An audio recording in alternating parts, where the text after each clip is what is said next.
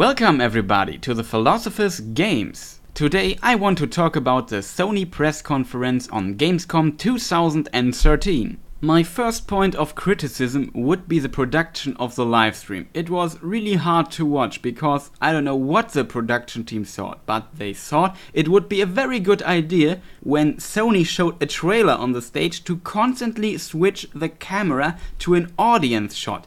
It was really annoying. I'm not interested in seeing the crowd sitting in a dark room. I'm interested in the trailer and just show me the trailer and only the trailer, nothing else. Besides this, it was a good press conference. They finally revealed the release date for the PlayStation 4.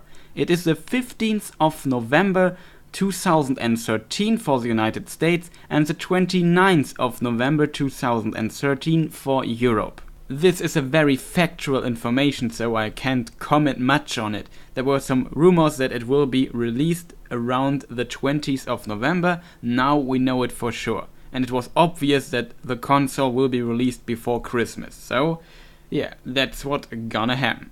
The next thing I want to talk about is the announcement of two game-based movies. The first one will be a Gran Turismo movie, and the second one, thanks to the partnership with Ubisoft, will be a Watchdogs movie. As I explained in a previous video, I don't like the idea of video game-based movies. If you look at them, you see that most of them are just bad. There are some exceptions, but most of them are. And if you turn it around and look on games based on a movie, you see that also there, most of them are just bad. And in my opinion, there's a reason for it. A movie is a static medium. A video game is an interactive medium. And there's a big difference. If you transfer a movie into a video game, you can transfer the character, the story, the look, the sound into a video game. That is not a problem. But you can transfer the interactive element because it is not in the movie. You have to create it your own. You have to start from scratch here. And this is the reason why most movie-based video games are just bad. They don't have enough time to develop a good gameplay, to develop the gameplay mechanics and polish them. If this is the case, the game is not fun. It is a very simple formula here and works for most cases. If you create a good game, you need a good and solid gameplay and build the game around it. If you don't have a good gameplay as a base, then everything else in the game needs to be superior to any other game. And this is rarely the case because it needs a lot of time. And movie-based games don't have a lot of time. So they don't have enough time for the gameplay and don't have enough time to make everything else superior. And this is the reason why most movie-based video games are bad. If you now turn around and look the other way, transferring a video game into a movie, you have a similar problem here. Because video games, like I said, focus more on gameplay. A video game don't need a good story, good writing to be fun. If the gameplay is fun, then it's totally fine. That's all a video game needs. The rest is just a bonus to the game. But its most important part, its core, its heart, what it makes it a video game, you can transfer into a movie. You can build in a reference into the plot about a gameplay mechanic, but it won't carry the movie. They have to change a lot and enhance elements to make it work as a movie. And my question would be, if you can transfer the main element of a video game into a movie, why creating a movie then? This will only work if a very good director is interested in a video game and has a story to tell. And then he just creates a movie about it. And this will probably work. But it won't be a video game movie. It will be a movie based on a universe of a video game. This could work, but it won't work to transfer a video game into a movie.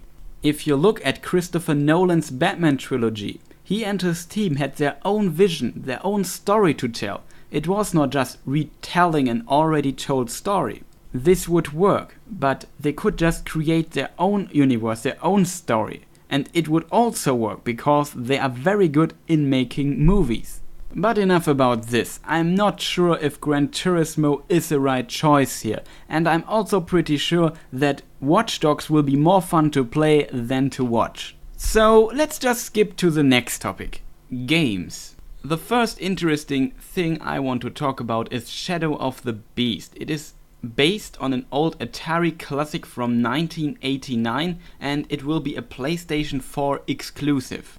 They did not announce any release date for it or additional information, they just showed a render trailer. There was not even a time span when it could be released, so it is probably in a very early stadium right now and it will take quite some time till we will see it. Probably 2015, I don't know. But it looked very interesting. I don't know the original that well, but it is about a man named Abron, and he's turned into a beast and loses his humanity during this process and just becomes a killing machine and kills like everything. But by some incident in the story, he wants to get back his humanity and wants also to take revenge on the guy who turned him into a beast. This is pretty much the plot in a nutshell, and the game back then in '89 was highly praised for its graphics, for its music, for its atmosphere, but a lot of people say that its gameplay was not that good. It was a very hard and difficult game. So since Dark Souls is also a very hard and difficult game, but a modern game, maybe they are inspired a little bit by Dark Souls here, which would be great, I think. A little bit more games that are inspired by Dark Souls would be nice, I guess. And this could be a thing. But Heavy Spectrum, the developers, claimed in an interview that they have a unique and own gameplay idea for it, so I hope they can pull off their vision. It seems like Sony is supporting them, and I hope it will be a great game, because it looks very interesting for me and I'm looking forward to play it. But it seems that the game won't be out for quite a while. Besides this, they announced a lot of smaller and indie games, which all look very interesting. But let's start with War Thunder, which is a free-to-play MMO World War II air combat game, and it seems to be cross-platform.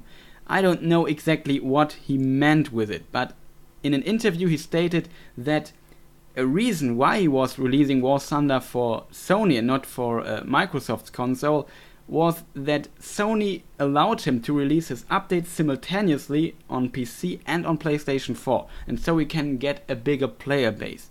So in the context of cross-platform, this could mean that a PlayStation 4 player will be able to play against a PC player.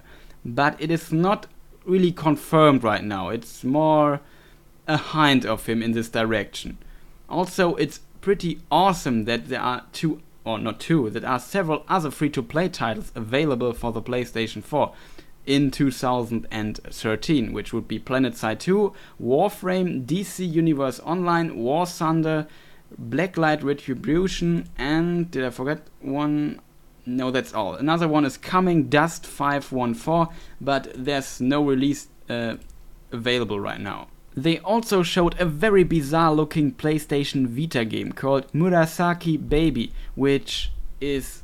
I can't explain it. I will link down in the description the trailer and just watch it. It's a bizarre, unique looking game, and I have no idea what this game is about. It looks like a puzzle game, or I don't know. It's pretty hard to explain, so just check it out. But it looks interesting on a bizarre way. Let's go on. There is an old new title coming as a launch title to PlayStation 4, which is Minecraft. And this is a little bit surprising, but it is not a bad thing for Sony in my opinion, because probably there are a lot of players that are more PlayStation only that never have played Minecraft, so I can see that there's a market on the PlayStation for it. Also, it will be a launch title for PlayStation 4, and it is a very strong game, I guess. It's probably not the main reason for console gamers to buy a PlayStation 4, because you just could play it on PC, but you get my point. It's a very interesting and strong addition to the available games for PlayStation, and that's not bad. But there's another previously exclusive PC and Xbox 360 game coming to PlayStation 4, which is Fez. That's also very interesting. It will be also released for PlayStation 3 and PlayStation Vita. Let's move on and talk about some indie stuff. So there will be Hotline Miami 2 on PlayStation 4, that was already announced, but another interesting thing is Guns of Icarus Online. I'm not sure if they already announced it, but this is a very great game, and if you have some friends you can play it with, it's very awesome. Then there will be Rogue Legacy for PlayStation 4, which is a roguelike, and as the name says, and it's very awesome. Then Binding of Isaac Rebirth, which is also great, I think, or will be great, better to say. I think it's not the original Binding of Isaac. And what else do we have? We have Helldivers, which is by the Magica makers. And as you know, Magica has this total crazy awesome gameplay. And Helldivers is about some guys on a planet looking like space marines and shooting alien stuff on it from a top-down perspective. So it's pretty much Magica with space marines, and this could be also very awesome and fun game. And the last one on my list I want to mention is Everybody's Gone to the Rapture, and this is a game that plays after the world has ended, and it looked very interesting by the trailer, but I have no clue what this game will be like, or really I have no idea.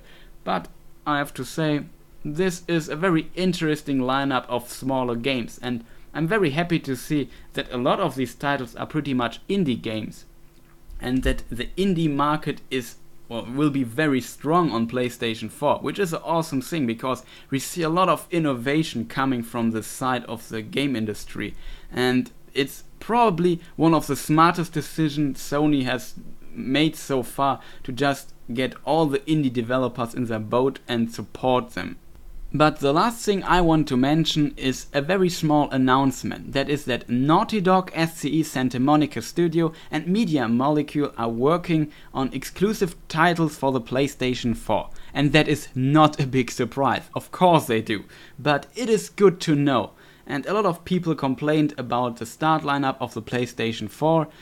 And I would say it's not that bad. It could be better. For example, if Infamous Second Son would be a launch title, then this would be absolutely great and probably stronger than the Xbox One lineup. So I would say it's pretty even, because PlayStation has a lot of smaller titles, and they announced 33 titles in the launch window, I think, and that's not bad. Also, it's good to know that very good and big developers like Naughty Dog and SCE Santa Monica are working on stuff, so very good games will be coming for PlayStation 4, like, I don't know, a new God of War, probably a totally new IP, that would be awesome, or a new Uncharted, or also here, a new IP by Naughty Dog. They just created The Last of Us, which was new and was just amazing, and I'm looking forward to this, I have to say. Also, Media Molecule is always good for a surprise, so it will be some interesting times. And I think after some months in 2014 there will be very, very good games for both systems, for Xbox One and for PlayStation 4. So it will be a tough decision what console to buy, since Microsoft just made so many U-turns, and now it's a very close race, I have to say, and both consoles have a strong lineup. So looking forward to this one, and now I will just come to my last small topic. This would be the services of PlayStation 4. It seems like that Sony managed to get additional partners like Twitch TV, so it will be possible to stream your PlayStation 4 stuff to Twitch TV. Of course, you can also watch Twitch TV. In addition, Sony tried to get some more region-focused partners. For example, some United States services are not working here in Europe, so they try to get partners that do the same, but just here in Europe. For example, Maxdome, it's a movie renting service here in Germany, and it will be available on PlayStation 4. So this is a thing Microsoft hasn't talked that much about, because a lot of the services they announced are not working here in Europe. Another interesting point they made is that they reserved bandwidth at some ISPs, and this is a very strange thing, because we have something called net neutrality here in Germany. This means that no data can be prioritized above other data. Every data that goes through the internet has to be treated neutral. So it is against the law if you say, okay, the PlayStation data from the PlayStation servers will be treated with a higher priority than other data. That probably couldn't work here in Germany. I'm not sure if they know this. Maybe I'm wrong, or there's a technical solution to it without violating the net neutrality, but I'm also pretty sure it's not just in Germany, it should be in whole Europe because it's EU law. So that could be a problem here. And maybe someone will sue them, and then we can discuss if it's a good thing or a bad thing. But as far as I know, it could be a problem here with reserving bandwidth for a specific service. So this should be everything I have to say about the Sony press conference on Gamescom 2013. One thing I forgot, and that is they announced that the Vita will drop in price. Also good news. So this was a very long and exhausting video for me. It was much longer than I expected it to be, and I hope you enjoyed it. I see that my concentration is just going down and I start making mistakes here and there, so sorry for this. But please keep in mind that English is not my native language.